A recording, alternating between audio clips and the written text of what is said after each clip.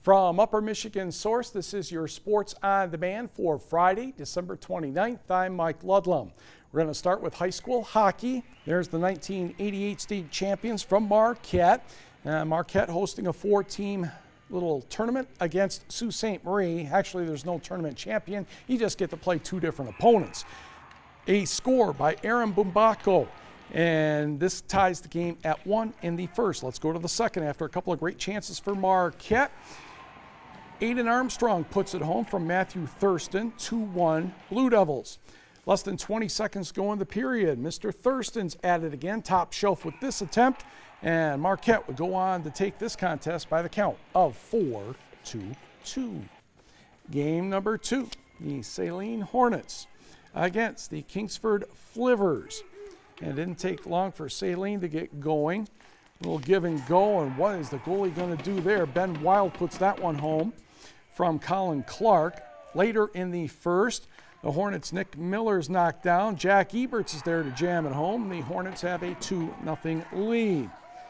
Kingsford will get on the board. TJ Burke working the puck in the corner, does a great job to get it out to Emin Weed. He jams it in 5-hole.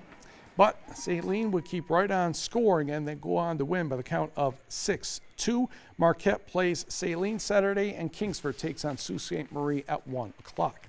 Hockey scoreboard. Alpena defeats Escanaba 4-1. In the WCHA, it was Bemidji State over Alabama Huntsville 3-1. Non-conference action, Robert Morris, which is located in Pittsburgh, if you don't remember, defeated Lake Superior State 5-0. But the big game.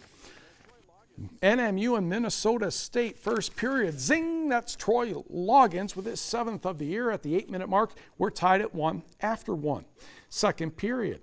Darian Craighead will get the puck back, and oh my goodness, look at all kinds of net to put home his 11th. Minnesota State tied it, so it's 2-2 after 2 to the third. Puck gets over to Robbie Payne, who actually gets half a second to look at what he's doing and puts it in the net for number 16, but Minnesota State tied it. But less than a minute to go. Joseph Nardi from Darian Craighead. 36 seconds to go. NMU defeats 7th-ranked Minnesota State by the count of 4-3.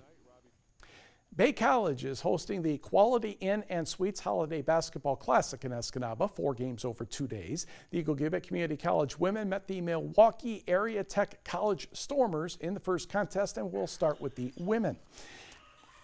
For Go Gibbet, a steal on a pass inside, and Brooke Pilala gets it off to Ontonoggin's Lori Wardinsky. She lays it up and in. She went over the 1,000 point mark for her career, just the third Lady Sampson to do that, and she could become number 1 very soon. Trish Jefferson for 2 of her 19 points for the Stormers. 2-point game in the second quarter. Lances Bailey Froberg driving to the hoop, underhands, nicely done. She had 17. Lady Sampson's up by 4. Lexi Engler will get the next hoop for GCC. She had 15. This one took a while to finish because there were plenty of fouls to go around, but the Lady Sampsons picked up the win, 76-69. For the men, we will pick this up in the second half, and Bessemer's Luke Zielinski will get the ball, and he decides right down the middle of the lane from the left side, bounces it in. Next for the Sampsons, Garfield Volker right between 2 defenders with the left hand. Nicely done. Ironwood's Nathan Dre will step in and score next to bring the Sampsons within 13. But the Stormers were pretty good, and they went on to win this one by the count of 87-59. Now, in the later games, the Bay College Norse took on Alpena Community College. The women won 69-37. Norway's Jordan Kramer and St. Ignace's Jordan Belleville each had 20 points. And the men were also victorious, 71-61 over the Lumberjacks. Girls high school basketball, Negaunee defeated Menominee 56-29. Natalie Bartle had 21 for the Miners. Kearney Nato pulled away late to edge Superior Central 42-34. And St. Ignace continued its annual caravan in the Lower Peninsula. Okay, it's only a 2-game caravan, but hey, they're below the bridge. Saints defeat Jackson 74 51. And on the boys' side, Alpena defeated Sault Ste. Marie 81-52. The top 6 Upper Peninsula sports stories of 2017 have to do with winning championships or making major changes in coaching or future conference alignments. Here's your TV6 Sports Year in Review, Part 2. Many people in the Forest Park School District did not want to go from 11-player football to 8-player football. 2 seasons later, that attitude changed quite a bit after the Trojans literally ran over Portland St. Patrick 54-12 at the Superior Dome to capture the 8-player Division II championship without throwing a pass. I've been to the state finals probably 8-10 times, and this sure is the sweetest. I mean, you get to stay in your own bed. You get to have somebody else travel up here, and here we are, you know, look at all the fans that we had here today. It was fantastic. A group of Copper Country hockey players won the Tier 2 National Championship in East Lansing, defeating the Clarence Mustangs from New York 5-2 in the final. They got rewarded for their hard work. They've put in so much work. They compete so hard. They've had so much support back home. It feels wonderful.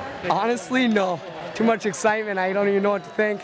I didn't expect this at all, and we did it, and I knew we could. Michigan Tech and Northern Michigan universities had new coaches for football and hockey in 2017.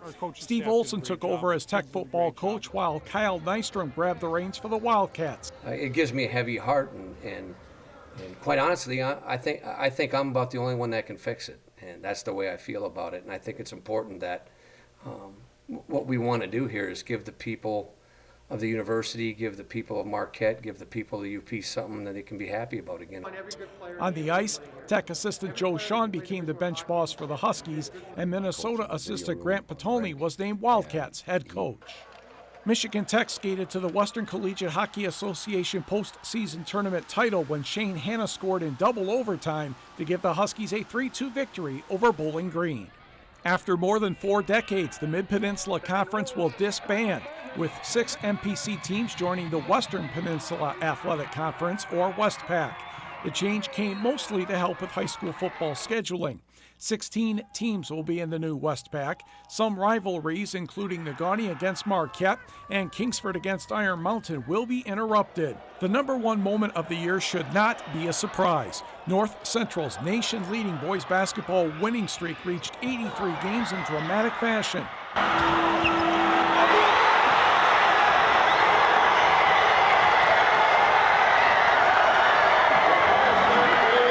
Thanks to the Jets' valedictorian Seth POLFUS in double overtime of the semifinal against favored Southfield Christian 84-83.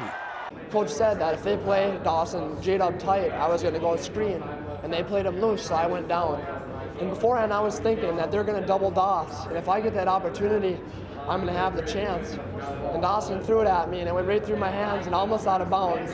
And I saved it, and I don't know why I didn't pick it up, because usually that's my first instinct, and I dribbled and I pump faked. But I don't really remember what happened after that. I kind of just threw it up on the rim, and it went through. I didn't even know how much time was on the clock, to be honest. So when it went in, I was just kind of like, what just happened?